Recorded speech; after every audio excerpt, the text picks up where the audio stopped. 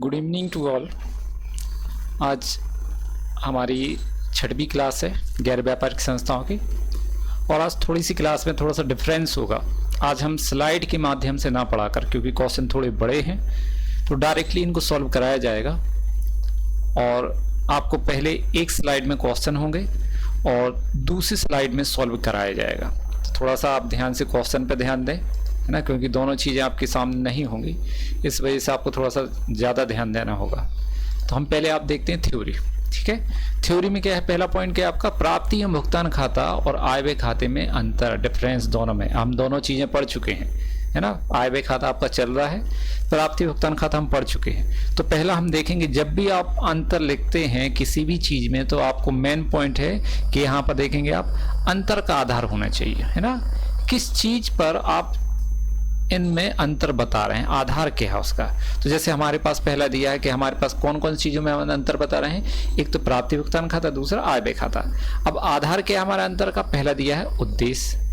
तो आपको पता है ना, कि गैर व्यापारिक संस्थाएं जो होती हैं प्राप्ति भुगतान खाता बनाती हैं, इसका उद्देश्य क्या होता है, रोकड़ का शेष ज्ञात करना, कि उस पर्टिकुलर मंथ में या माह के अंत में, जैसे 31 मार्च है, तो 31 मार्च के अंत में उस रोकड़ खाते में या रोकड़ खाते का कितना शेष है, चाहे वो 31 मार्च हो, चाहे 30 जून हो, चाहे 30 अप्रैल हो, जो भी हो, तो उस पर्टिकुलर माह के अंत में या वर्ष के अंत में रोकड़ का शेष कितना है, इसको ज्ञात करने के लिए बनाया जाता है। अब आय व्यय खाता किस लिए बनाते हैं, तो इसका उद्देश्य देखो, आय व्यय खाते का उद्देश्य क्या है, इसका उद्देश्य आय का अधिक या कमी की जानकारी लेना होता है। हम ये देखते हैं कि आय व्यय खाते से जिस वर्ष हम बना रहे हैं उस वर्ष आय अधिक रही या व्यय अधिक रहे। यदि आय अधिक होती तो हम उसको क्या बोलते हैं, आय पर व्यय का अधिक।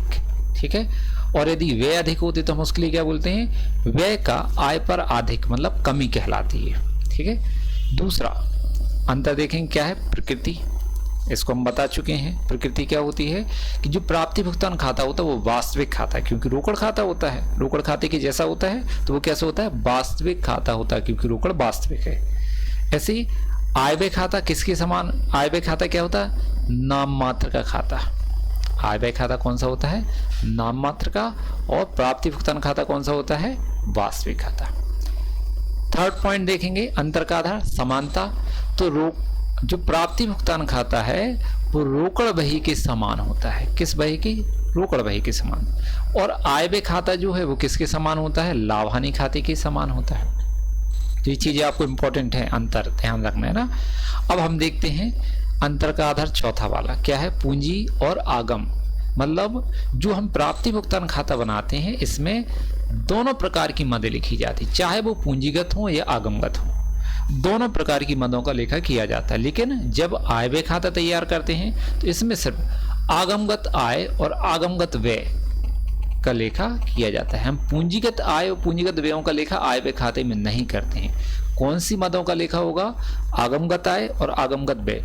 अब आगमगत आय क्या कहलाती है, ऐसी आय जो हमें बार बार प्राप्त होती है ना, जिससे ब्याज है, विनियोग पर ब्याज है, ऋण पत्रों पर ब्याज है, बार बार प्राप्त होते रहते हैं, तो ये क्या कहलाती है, आगमगत आय। ऐसी आगमगत व्यय जो हमें बार बार करना होते हैं, वेतन है, किराया है, मजदूरी है, ये बार बार देना होते हैं हर महीने, इसलिए ये आगमगत व्यय कहलाते हैं।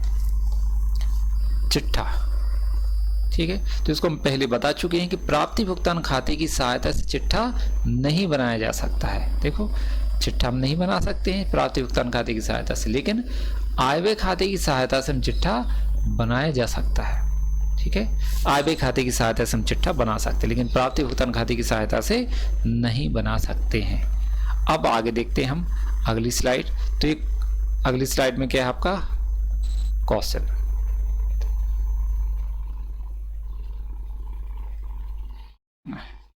यहां से देख लेते हैं भाई,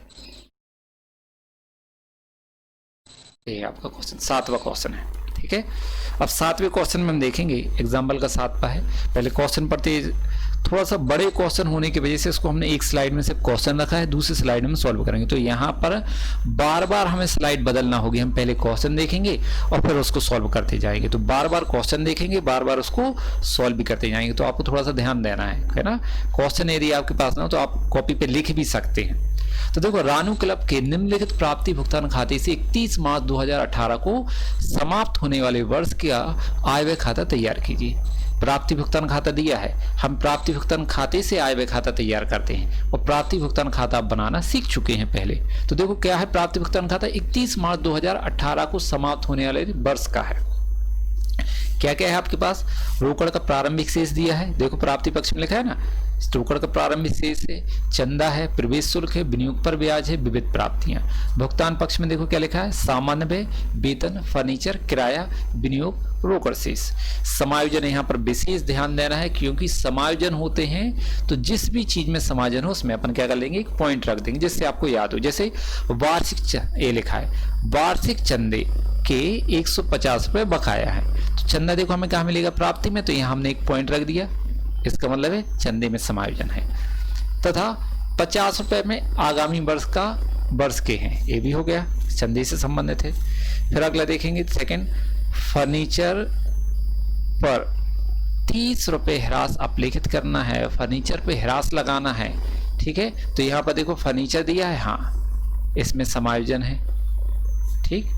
फिर विनियोग पर ब्याज 50 रुपए अप्राप्त है, विनियोग पर ब्याज ये लिखा है, विनियोग पर ब्याज इसमें समायोजन है, ठीक। ये चीज अपन ने ध्यान रख ली कि विनियोग पर ब्याज अपने पास है। अब हम आगे देखेंगे तो स्लाइड में अब हम क्वेश्चन सॉल्व करें। तो जब भी हम आय व्यय खाते, प्राप्ति भुगतान खाते से आय व्यय खाता बनाते हैं तो हमें क्या करना है, नंबर 1 काम, हम सबसे पहले भुगतान पक्ष की मदें उठा के लिखते हैं। सबसे पहले भुगतान पक्ष की मदें उठाएंगे और कहाँ लिखेंगे, व्यय की ओर। और कौन सी मदें, आगमगत मदें, है ना, आगमगत व्यय। दूसरे नंबर पे हम क्या करते हैं, हम प्राप्ति पक्ष की मदें उठाएंगे और कहाँ लिख देंगे, आय की ओर लिखेंगे, आगमगत आय को, ठीक। तो नंबर 1 हमने यहाँ डाल दिया। सबसे पहले हम भुगतान पक्ष की मदें देखना है, क्योंकि ये ज्यादा होती है, इस वजह से हम इसको लिखते हैं, ठीक है। आप प्राप्ति पक्ष की मदें भी लिख सकते हैं आय की ओर पहले, ये जरूरी नहीं, लेकिन मेरा जो करने का तरीका वो हम व्यय पर ज्यादा फोकस करते हैं, क्योंकि ज्यादातर समायोजन, ज्यादा मदें वहीं पर होती हैं भुगतान पक्ष में ना, व्यय में। तो यहाँ पर हम सॉल्व करेंगे। तो यहाँ पर हम क्या करेंगे, सबसे पहले फॉर्मेट बनाएंगे, प्रारूप। तो यहाँ पर अब हम यहाँ पर खींच रहे हैं थोड़ा सा, क्योंकि इलेक्ट्रिक है ना, डिजिटल पेन है, हो सकता है थोड़ा सा तिरछा खींचे, तो आप इस पे फोकस ना करें कि तिरछी है लाइन या सीधी है, आप तो फोकस सवाल पे करेंगे सिर्फ, ठीक है। थोड़ा सा चला लेना, आप चला लेंगे, हमारे स्टूडेंट है तो इसलिए। यहाँ देखेंगे ये हम फॉर्मेट बना दे रहे हैं, लाइन टेढ़ी आ रही, ध्यान ना देना इस पे।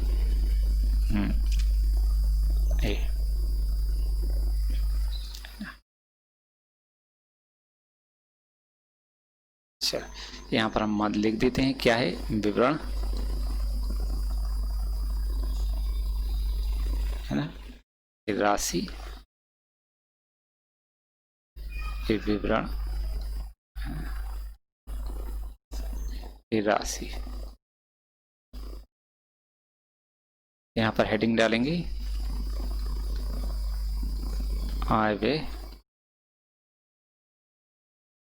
खाता।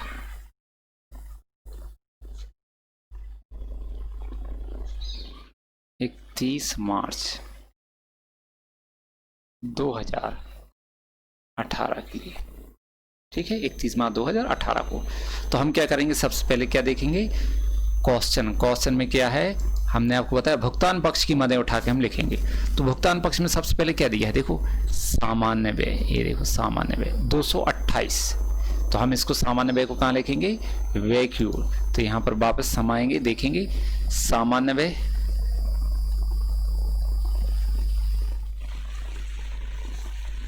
सामान्य व्यय लिखेंगे 228, ये लिख दिया आपने। वापस क्वेश्चन में देखो क्या लिखा है, सामान्य व्यय के बाद वेतन, ठीक। तो वेतन लिखेंगे अपन, वेतन में कोई समायोजन है नहीं है, कितना है 210, तो हम वेतन लिख देंगे, ये लिख देंगे वेतन, व्यय की ओर।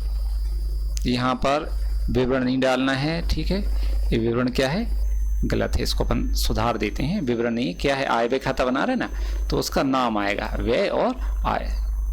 चलो यहाँ पर इरेजर ले लो, इसको सॉल्व कर,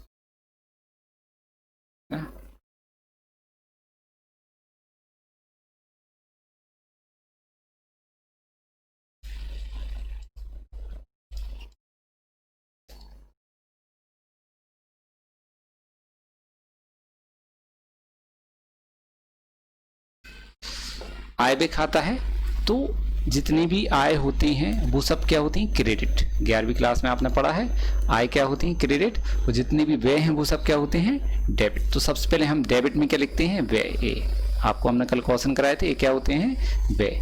क्रेडिट वाली क्या होती हैं, आय। ठीक है, तो हमने सबसे पहले क्या लिखा, सामान्य व्यय। अब क्या लिखेंगे, वेतन। व्यय में क्या लिख देंगे, वेतन खर्च है। कितना है, 210 रुपये। चलो आगे देखेंगे। वेतन के बाद आएगा आपका थर्ड, फर्नीचर। तो फर्नीचर नहीं, फर्नीचर तो संपत्ति है, संपत्तियां पूंजीगत कहलाती हैं, इनको नहीं लिखते हैं। लेकिन फर्नीचर पे देखो एक ये हमने पॉइंट लगा दिया था, एक किस चीज के लिए कि इसमें समायोजन है, हमने इसलिए पॉइंट लगाया था। अब समायोजन क्या है, नीचे लिखा हुआ देखो, ये लिखा है कि फर्नीचर पर ह्रास 30 रुपए क्या लगाना है, ह्रास। तो फर्नीचर पे ह्रास, तो हम ह्रास लिखेंगे, व्यय की ओर है ना, यहाँ समायोजन का प्रयोग करते तो यहाँ लिखेंगे फर्नीचर पर ह्रास।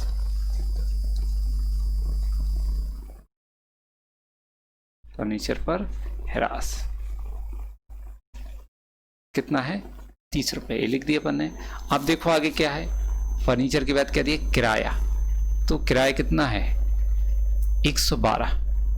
ठीक है, यहाँ पर लिखेंगे किराया, व्यय की ओर लिख देंगे हम किराया 112 रुपये। किराए के बाद देखो आप क्या है, यहाँ पर 7वां विनियोग है ना, ये विनियोग। तो विनियोग क्या होती, संपत्ति। जैसे फर्नीचर हमने नहीं लिखा, वैसे विनियोग भी नहीं लिखेंगे, ये संपत्ति है, पूंजीगत कहलाती है। लेकिन विनियोग से संबंधित क्या है, समायोजन, वो यहाँ पर है, यहाँ कुछ नहीं है, तो आप इसको छोड़ दो। रोकड़ शेष, ये भी क्या है, संपत्ति, इसको भी नहीं लिखा जाएगा। तो फर्नीचर, विनियोग, रोकड़ शेष तीनों संपत्ति हैं, और संपत्ति आय व्यय खाते में नहीं लिखी जाती। तो ये आपका पहला पॉइंट भुगतान वाला क्लियर। अब हम देखेंगे क्या, प्राप्ति भुगतान खाते में प्राप्ति पक्ष की मदें, और प्राप्ति पक्ष में हम क्या लिखते हैं, आय। तो यहाँ पर जो रोकड़ शेष दिया है, इस संपत्ति हम इसको नहीं लिखेंगे। जैसे हमने यहाँ पर फर्नीचर नहीं लिखा है ना, विनियोग नहीं लिखा, और रोकड़ शेष नहीं लिखा अंतिम, तो इनको नहीं लिखा जाता आय व्यय खाते में। तो ऐसे यहाँ पर प्रारंभिक रोकड़ शेष, ये भी संपत्ति, इसको नहीं लिखेंगे। चंदा, चंदा कितना है, 450। चंदे में समायोजन भी है, ध्यान देना। तो यहाँ पर हम आय की ओर लिखेंगे क्या, चंदा। तो यहाँ पर लिखेंगे चंदा कितना है, 450। अब समायोजन देखो, समायोजन में क्या बोल रहे हैं, जी लिखा है वार्षिक चंदे के 150 रुपए क्या है, बकाया है। जो चंदा है वार्षिक चंदा, उसके 150 रुपए क्या है, बकाया है। और क्या लिखा हुआ है, तथा 50 रुपए आगामी वर्ष के हैं। तो अब हम क्या करेंगे, सीधे औसत में। तो पहले वार्षिक चंदे के 150 रुपए बकाया है, बकाया मतलब उपार्जित। उपार्जित के लिए हमने आपको बताया था क्या करना है, संबंधित मद में जोड़े जाते हैं, चिट्ठे की संपत्ति पक्ष में लिखी जाती है। तो हम प्लस करेंगे उपार्जित। उपार्जित, उपार्जित चंदा कितना है, 150, ये अपन प्लस कर देंगे। इनको प्लस करो तो कितना आ जाएगा, 600। ये हो गया। अब उसमें लिखा है कि 50 रुपए जो हैं वो आगामी वर्ष के हैं, ये देखो ये लिखा है, तथा 50 रुपए आगामी वर्ष के हैं, मतलब अग्रिम। अग्रिम मतलब अनुपार्जित, अनुपार्जित चंदा है। अनुपार्जित चंदा संबंधित संपत्ति मद में से घटाया जाता है। तो यहाँ पर माइनस करेंगे अनुपार्जित। डायरेक्ट नहीं लिखा होता उपार्जित अनुपार्जित, समझना पड़ता है कि यदि एडवांस है तो वो अनुपार्जित है, और मिलना शेष है तो वो अनुपार्जित। कितना है, 50 रुपये। 50 रुपये हम घटा देंगे तो कितना बचेगा यहाँ पर, 550। ये हो गई आपका चंदा कीमत। अब देखो आगे हम क्या देखना है अपने लिए, तो अगला इसी सवाल में देखो क्या है, चंदे के बाद क्या है, प्रवेश शुल्क 900 रुपया। इसमें कोई समायोजन नहीं, सीधा लिख दो आप आय में प्रवेश शुल्क। प्रवेश शुल्क, प्रवेश शुल्क कितना है, 900 रुपये, ये लिख दो आप, क्लियर। प्रवेश शुल्क के बाद देखेंगे क्या है, विनियोग पर ब्याज कितना, 120, और समायोजन है विनियोग पर ब्याज की 50 रुपये अप्राप्त हैं। अप्राप्त मतलब उपार्जित, ठीक है। जो अप्राप्त लिखा है, अप्राप्त का मतलब क्या होता है, उपार्जित, उपार्जित होता है। ए पार्ट। ठीक है, तो यहाँ पर अपन क्या करेंगे, क्या था अपना विनियोग पर ब्याज कितना है 120 और 50 रुपये उपार्जित। तो यहाँ पे लिख देंगे आय की ओर, यहाँ पर आय में लिख देंगे विनियोग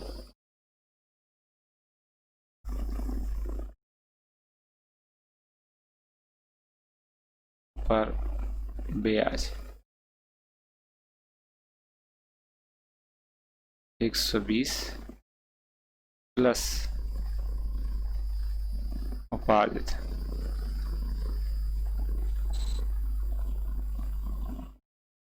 50, कितना आएगा 170। अच्छा, ये भी हो गया है ना। आगे देखेंगे क्वेश्चन में आगे क्या है, विविध प्राप्तियां 240, इसको लिख देंगे अपन, ये भी आय में लिखा जाएगा।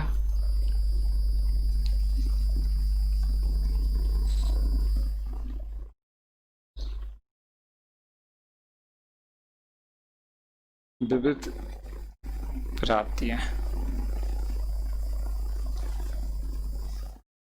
विविध प्राप्तियां कितना है पैसा उसका 240, तो यहाँ लिख देंगे हम 240। ठीक है, ये लिख दिया अपन ने 240। अब अपना एक आखिरी काम है, आखिरी काम क्या है कि हमें क्वेश्चन में देखना है कि कोई समायोजन छूटी तो नहीं है। क्वेश्चन में देखेंगे तो यहाँ पर देखो, सबसे पहले आपने क्या क्या हो गया, इसको लिखते नहीं, मतलब ये हो चुका है, ये भी हो गया, चंदा शुल्क भी हो गया, ये भी सब कुछ हो गया। समायोजन देख लो, चंदे की हो गई, फर्नीचर पे ह्रास, विनियोग पर ब्याज कंप्लीट हो गया है। अब हमें क्या करना है, सीधा इसको टोटल करना है। तो टोटल कर लेंगे अपन, पहले कहाँ का ज़्यादा दिख रहा है, क्रेडिट साइड का, तो क्रेडिट का टोटल करेंगे। इसका टोटल कितना है 0, 6, 16, फिर कितना आ जाएगा 10, 15, 16, 2, 18, 1860। 1860 में से हमें माइनस करना है डेबिट का। डेबिट का टोटल कर लो, उसका कितना आ जाएगा 8 और 2 10, 10 का 16, हाथ के 1, 3 और 1 4, 7 और 1 8, 8, फिर 2 4 और 1 5,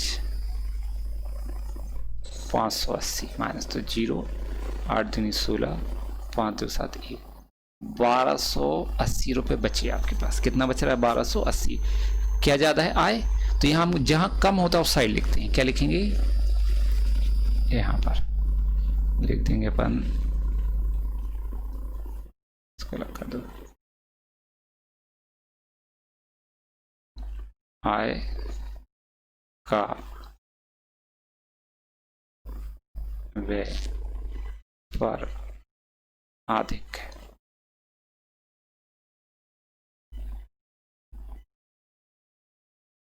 आय का व्यय पर अधिक 1280, टोटल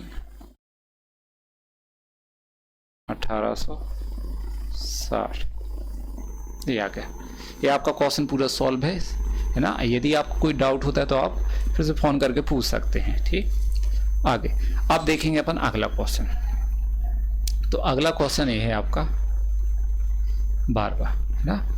इस पे भी आपको क्वेश्चन जब पढ़ेंगे थोड़ा सा ध्यान देना है। क्या है, नैमी नगर मनोरंजन क्लब का वार्षिक प्राप्ति भुगतान खाता 31 मार्च 2018 को समाप्त होने वाले वर्ष के लिए निम्न प्रकार है ना। इन्होंने क्या दिया है आपको, प्राप्ति भुगतान खाता दिया है। अब आपको क्या करना है, आय व्यय खाता तैयार करना है ना। प्राप्ति भुगतान खाते की मदद देख लो। सबसे पहले प्राप्ति की देखेंगे तो क्या है, रोकड़ शेष, वार्षिक चंदा, आजीवन सदस्यता शुल्क, सदस्यों आजीवन सदस्यों का चंदा, ठीक है, प्रवेश शुल्क, विनियोग पर ब्याज, विविध प्राप्ति, सामान्य व्यय, वेतन, फर्नीचर, किराया, दर, कर, बीमा, विज्ञापन, रोकड़ बाकी। वार्षिक चंदे की 750 अदत्त हैं। अदत्त मतलब, अच्छा, आय में यदि अदत्त लिखा है तो वो अदत्त नहीं कहलाता, वो उपार्जित कहलाता। ठीक है, ये ध्यान रखना। तो चंदे में हम एक टिक लगा लेते हैं, इसे याद रहे कि इसमें समायोजन है। सामान्य खर्च के लिए 50 रुपये देने शेष है, सामान्य खर्चे में एक टिक लगा लो, है ना, इसमें भी एक समायोजन है। बीमे के 200 रुपये पूर्वदत्त हैं, बीमा में टिक लगा लो आप कि बीमा में क्या है, समायोजन है। फर्नीचर पर ह्रास है, फर्नीचर देखो यहाँ पर दिया है तो इस पर एक समायोजन लगा लूँ, है ना। अपलिखित करना है 5%। पिछले सवाल में फर्नीचर की राशि निकाल के दी थी, यहाँ पर आपको निकालना पड़ेगा। तो फिर से हम क्या करते हैं, क्वेश्चन सॉल्व करेंगे, ठीक है। तो यहाँ पर अपन क्या करें, एक पेज ले लें आप खाली, यहाँ पर फॉर्मेट बना लें, प्रारूप आपका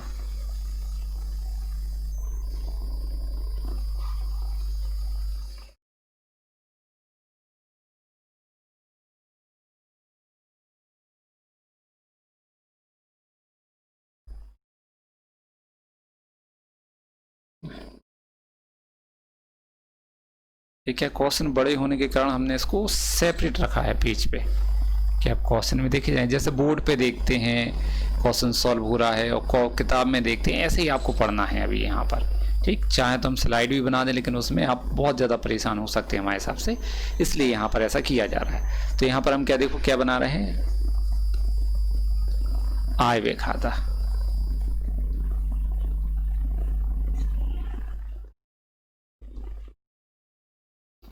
इकतीस मार्च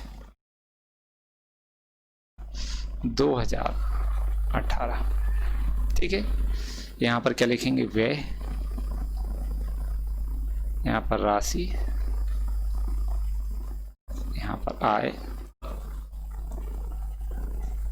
यहाँ पर राशि।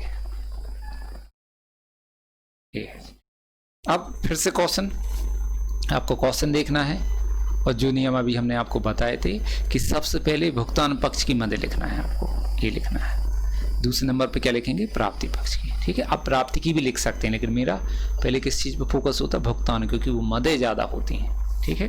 तो भुगतान पक्ष की मदद लिखेंगे हम सबसे पहले। तो भुगतान पक्ष में देखो क्या दिया है, सामान्य व्यय, है ना। सामान्य व्यय कितना है, 1000, इसमें समायोजन भी है। सामान्य व्यय में देखो ये लिखा है, सामान्य खर्चों के 50 रुपये देने शेष है। देने शेष है मतलब क्या होता है, बाकी है, अदत्त है, ठीक है। देना शेष मतलब बाकी है, अदत्त कहलाता है। तो यहाँ पर हम क्या लिखेंगे, सामान्य खर्चे 1000 और 50 रुपये कितने, अदत्त के। तो यहाँ पर व्यय क्यों लिख देंगे, सामान्य व्यय 1000, इसमें हम प्लस कर देंगे अदत्त, अदत्त कितना है, 50 रुपये। टोटल कितना हो जाएगा, 1150, ठीक। ये क्लियर हो गया। तो अपन आगे देखें, सामान्य व्यय की बात किया, वेतन, वेतन ये लिखा है, वेतन, वेतन कितना है, 1800, इसमें कोई समायोजन नहीं है, सीधा अपन करेंगे आगे। यहाँ व्यय क्यों लिख देंगे, खर्च है आपका, तो वेतन लिख देंगे,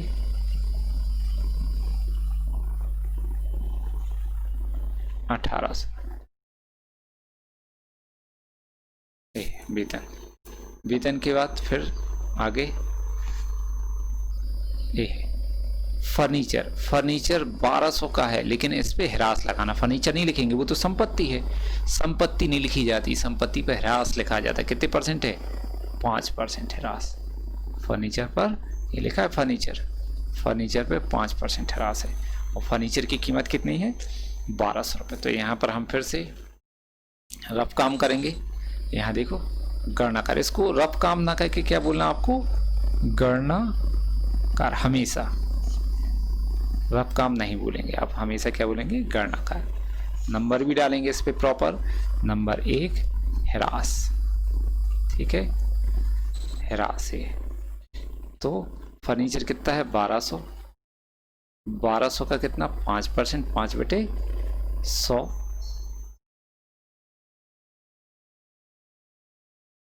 ये इरेजर से मिटा दें।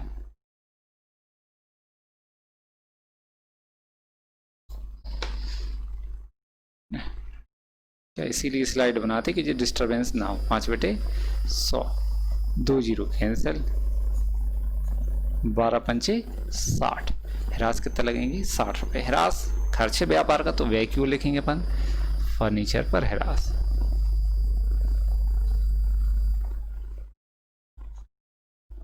फर्नीचर पर ह्रास कितना आ जाएगा, 60 रुपये। चलो आगे देखेंगे। फर्नीचर के बाद क्या है, किराया, दर, कर, बीमा, है ना। तो कितने हैं इसके, 1150। समायोजन भी है बीमा में, कितना, ये लिखा है बीमा के कितने, 200 रुपये पूर्वदत्त हैं। तो पहले हम क्या लिखेंगे, 1150 किराया दर और फिर पूर्वदत्त। तो यहाँ पर फिर से है ना, क्या क्या है, किराया, दर, बीमा, तीनों चीज मिला के 1150 है। ये आ जाती है लाइन, बार बार इसको मिटाना पड़ता है रफ।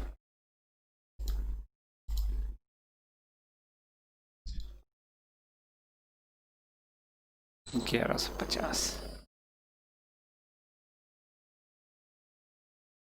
इसमें से माइनस करेंगे, 50 है, माइनस पूर्वदत्त,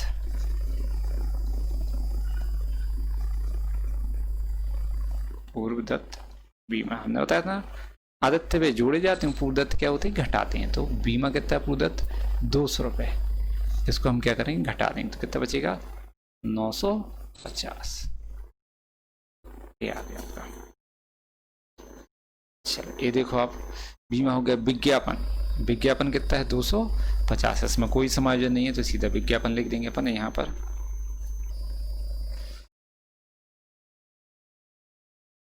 विज्ञापन है ना, काट देना। विज्ञापन कितना है, देखना पड़ेगा। विज्ञापन 250, 250।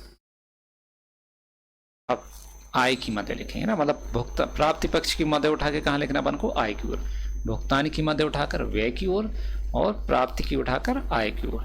तो यहाँ पर देखो आप, प्राप्ति में रोकड़ शेष छोड़ देंगे क्योंकि ये संपत्ति है, ठीक है। ऐसे यहाँ पर अपन ने क्या छोड़ दिया, फर्नीचर, ठीक। और अंतिम रोकड़ शेष छोड़ दी, संपत्ति क्योंकि। अब यहाँ पर क्या लिखना अपन को, चंदा। चंदा कितना दिया है, 3200। और चंदे में समायोजन भी है, कितने, 750 रुपये। आदित्य, आदित्य मतलब उपार्जित, आदित्य मतलब क्या होगा, उपार्जित। तो 3200 और 750। तो क्या करना अपन को, यहाँ पर लिखेंगे आय की ओर चंदा 3200 रुपये,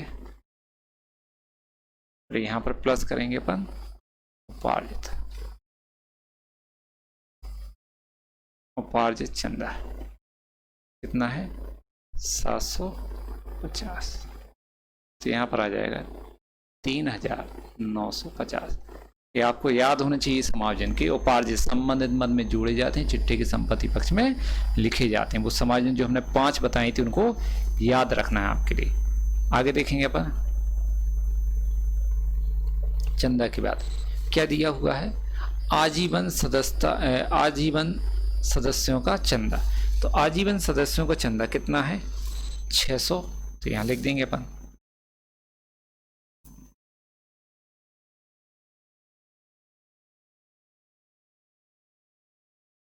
है ना, आजीवन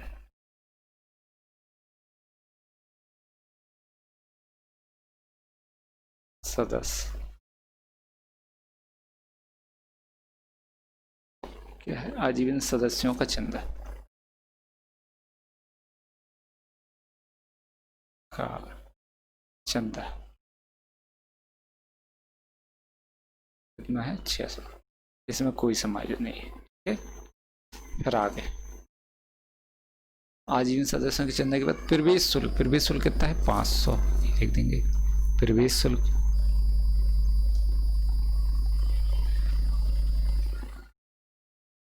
प्रवेश शुल्क 500, ठीक है। प्रवेश शुल्क, प्रवेश शुल्क के बाद देखो आप क्या है, ये लिखा है विनियोग पर ब्याज। समायोजन तो है नहीं इसमें कुछ, कितने हैं, 350। तो लिख देंगे अपन विनियोग पर ब्याज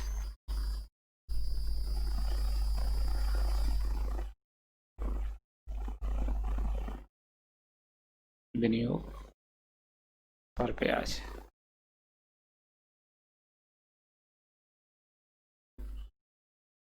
$350।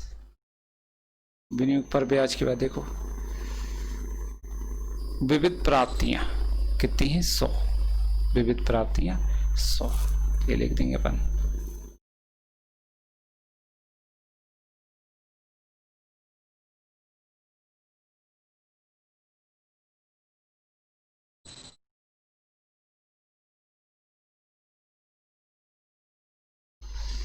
रफ करते हैं इसको।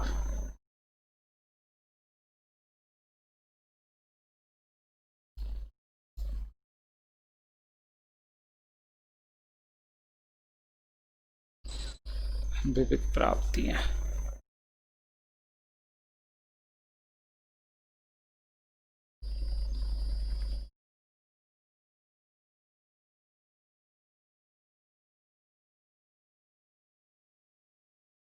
₹100।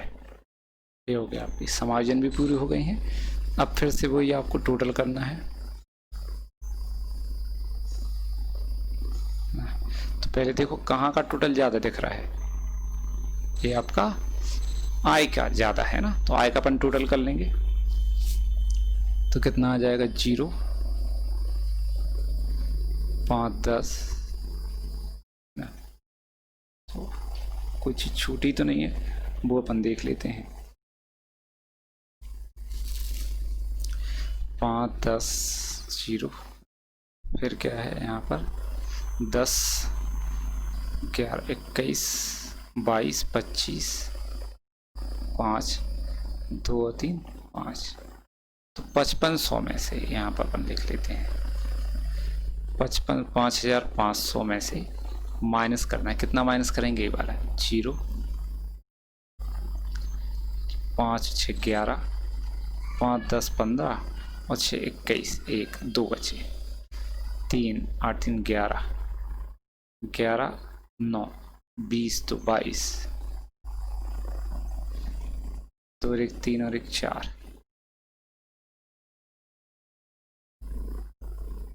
0, 9, 2 है ना, 2, 1,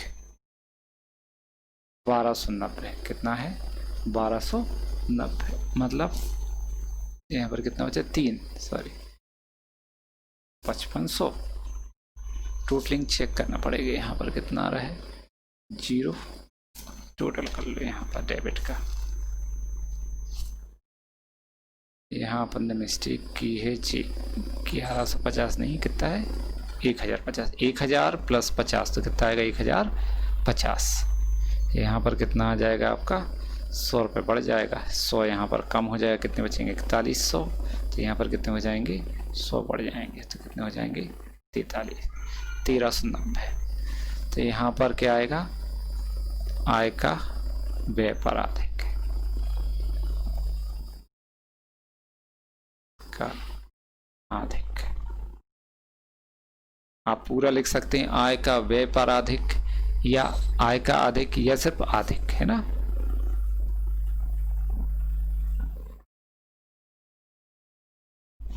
कितना है? 1390। अब दोनों का टोटल बराबर कर देंगे, कितना आ जाएगा? 5500। ये आपका क्वेश्चन कंप्लीट है। यदि आपको कोई डाउट होता है तो आप हमसे कॉल करके पूछ सकते हैं।